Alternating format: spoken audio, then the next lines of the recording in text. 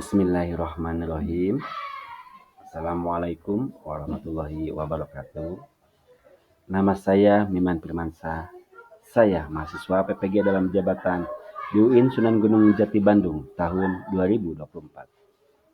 Pada saat ini saya sedang melaksanakan video pembelajaran PPLA 2 dengan model P5 PPLA dengan judul atau materi gaya hidup berkelanjutan. Terima kasih.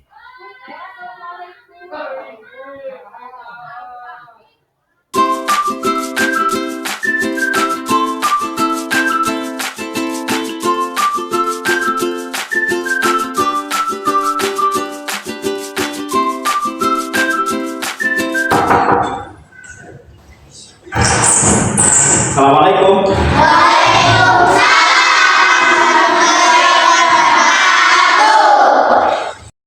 Apa kabarnya kalian hari ini?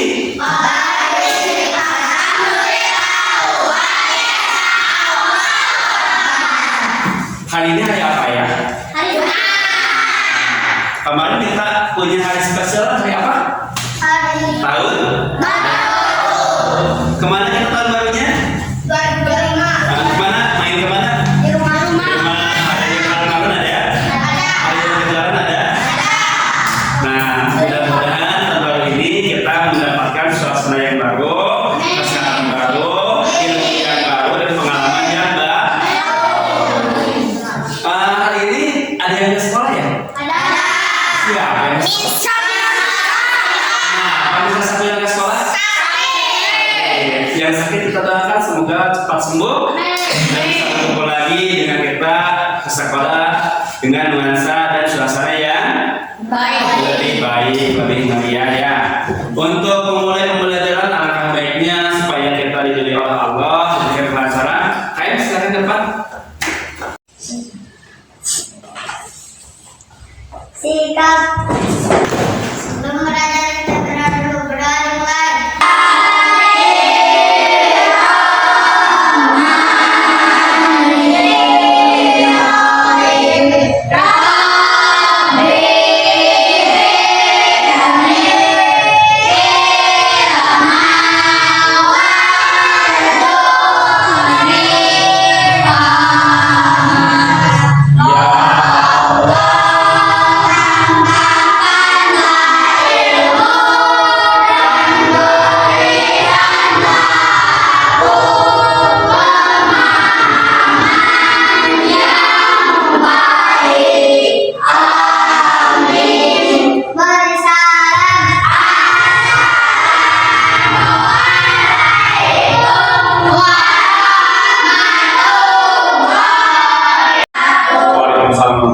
Mas kalian bisa duduk. Baik anak-anak, ada beberapa hal atau tujuan yang ingin Bapak sampaikan tentang pembelajaran hari ini, yaitu berkaitan dengan sampah. Kenapa? Karena sampah itu ada hal positifnya juga, ada hal negatifnya. Hal positifnya apa, Pak? Hal positifnya, jika sampah yang kita temukan, jika sampah yang kita ambil dapat berguna, dapat digunakan kembali, maka alangkah baiknya kita gunakan. Sedangkan sampah yang tidak bisa kita gunakan, tentunya kita buang. Kira-kira buang sampah kepada siapa? Temannya. Siapa temannya sampah? Tong sampah. Jadi kalau kalian nih, seandainya kalian bawa makanan di rumah atau misalnya jajan bawa ke kelas, jangan disimpan di kolong meja, jangan disimpan di kolong bangku. Kenapa? Karena akan mengakibatkan penyakit, mendatangkannya nyamuk, sehingga badan kita enggak nyaman. Bisa dipahami? Bisa. Tujuan pertama, agar kalian tahu apa itu sampah. Tujuan kedua, agar kalian tahu apa sih manfaat dari sampah. Tujuan ketiga, agar kalian tahu cara mengolah dari sampah yang bisa digunakan. Ya. Tapi sebelum ke materi selanjutnya, ke praktik sampahnya, ada hal yang perlu Bapak tanyakan juga sama kalian. Kira-kira minggu kemarin kalian belajar apa ya? Belajar tentang Asmaul Husna. Masih ingat Asmaul Husna? Berapa jumlahnya?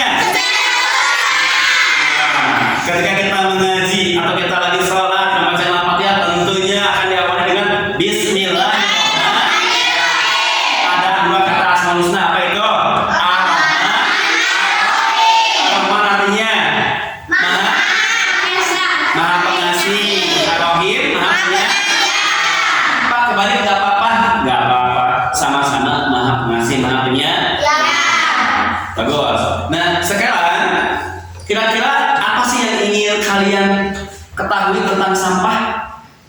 Coba. Membuat kerajinan. Membuat kerajinan boleh dari sampah. Apalagi? Mobil-mobilan. Dari sampah bisa membuat mobil-mobilan boleh. Apalagi?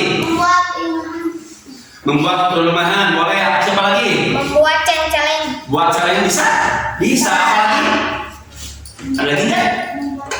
Membuat tempat pensil, membuat tempat tisu, membuat tempat buku. Banyak sekali dari sampah. Siap nanti kita belajar tentang sampah? Siap. Oke, perhatikan PPT yang Bapak akan tampilkan ya. Oke, kalian sebagai seorang anak bangsa untuk selalu meningkatkan rasa nasionalisme kalian, alangkah baiknya kalian berdiri semua. Yuk, berdiri semuanya. Kita akan menyanyikan lagu nasional yaitu Halo Halo Bandung ya.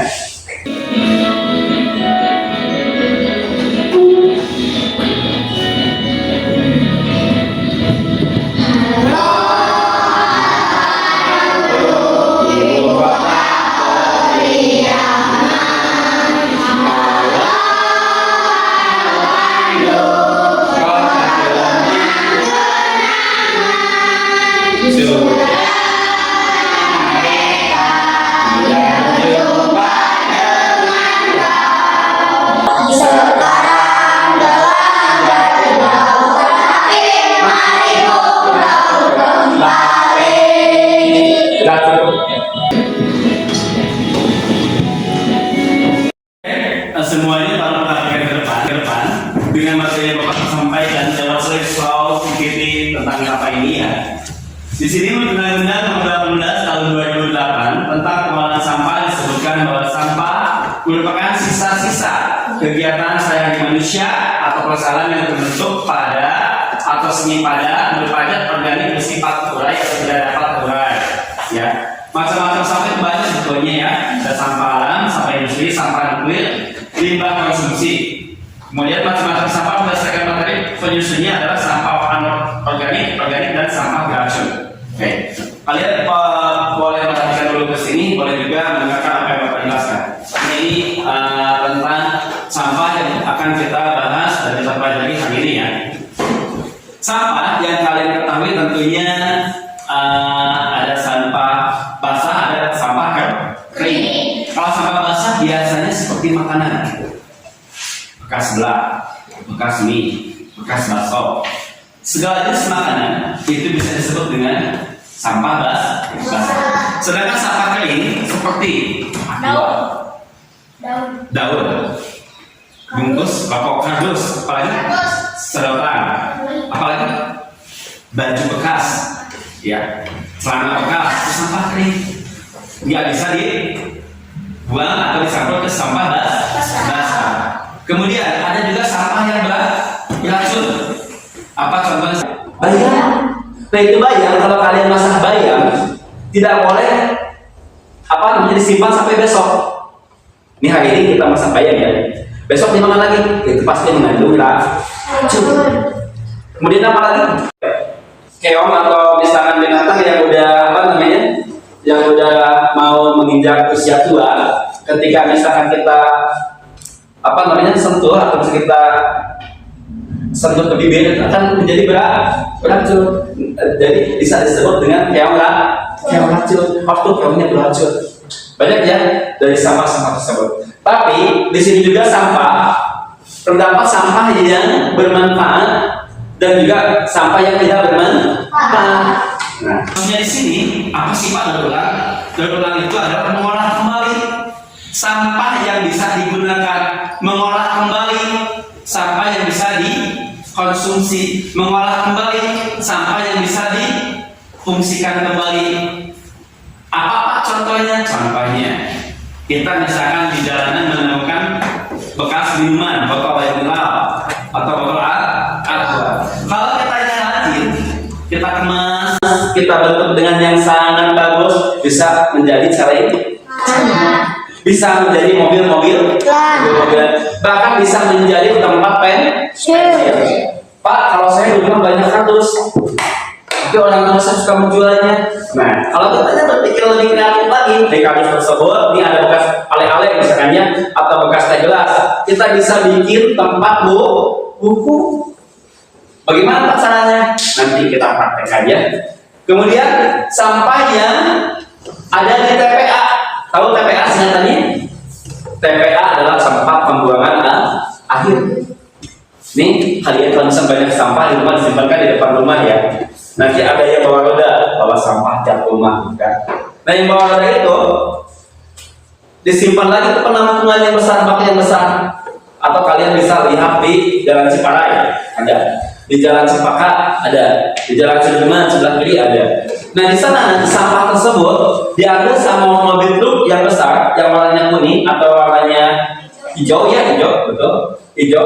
Itu dibawa ke TPA, ke daerah Leles tuh. Nah, di sana udah banyak kumpul, baik anak muda, baik anak kecil, baik kakek-kakek, nenek-nenek, ibu-ibu, bapak-bapak. Untuk apa? Untuk memilah sampah. Ada yang ngumpulin aquanya, ada yang ngumpulin kardusnya, ada yang ngumpulin plastiknya, ada juga yang ngumpulin sampah yang basahnya. Loh, Pak, kan sampah basah nggak bisa digunakan? Bisa bagi orang yang kreatif. Tapi sampah basah yang bagaimana? Sampah basah yang mungkin bisa juga digunakan. Kalau sampah bisa dibuang nggak? Bisa. Sampah bisa berpenghasilan? Bisa. Dari sampah yang kotor, sampah yang jelek aja, kalian nemuin misalkan aquanya udah jelek banget, ya, aku udah jelek banget. Wah Pak, ada pakan, kena lumpur nih, Pak. Wah Pak, bau Pak aquanya. Kita cuci, kita bersihin, kita bikin roda-rodanya Pak. Kita buang mobil-mobilan. Dari sampah yang kita temukan tadi akan bernilai menjadi uang.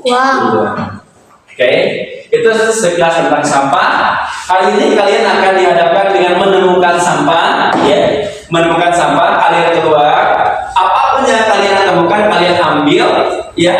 Baik itu misalnya kalian menemukan bekas rokok, baik itu kalian menemukan bekas aqua, baik kardus, apapun itu kalian temukan, kalian ambil dan kalian kumpulkan di sini. Siap? Siap buat pelajaran dari saya? Kalian membuat pelajarannya? Sekarang kalian silakan buat kelompok dulu. Seperti kemarin ya, kelompok 1, kelompok 2, kelompok 3, kelompok 4. Silakan digabungkan pembantunya.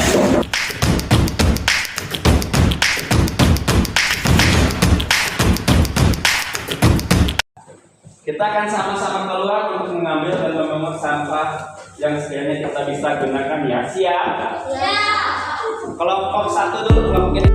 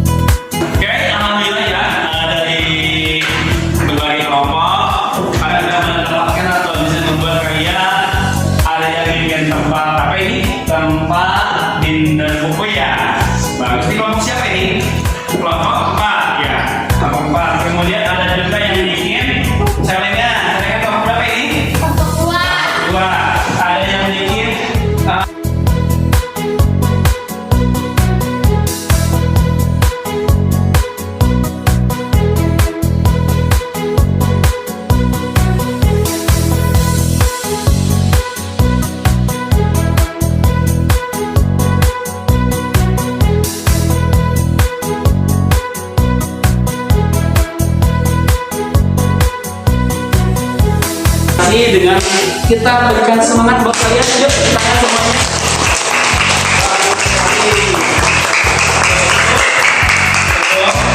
Sekarang Bapak minta kalian tepuk fokus. Tepuk fokus.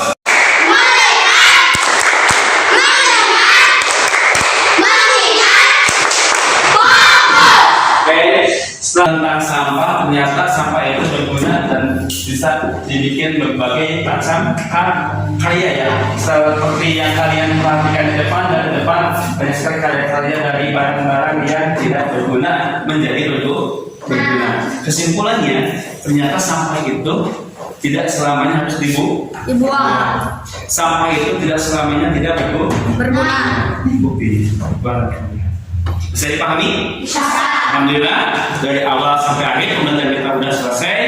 Alangkah baiknya kita tutup dulu dengan doa. Silakan kalian. Sikap. Sebelum pulang kita mulai.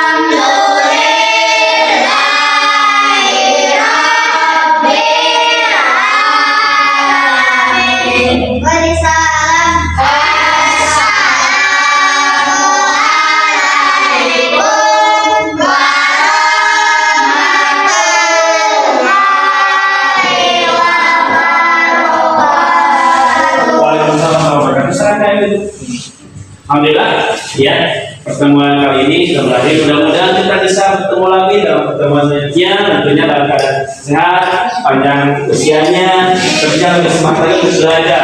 Wassalamualaikum warahmatullahi wabarakatuh.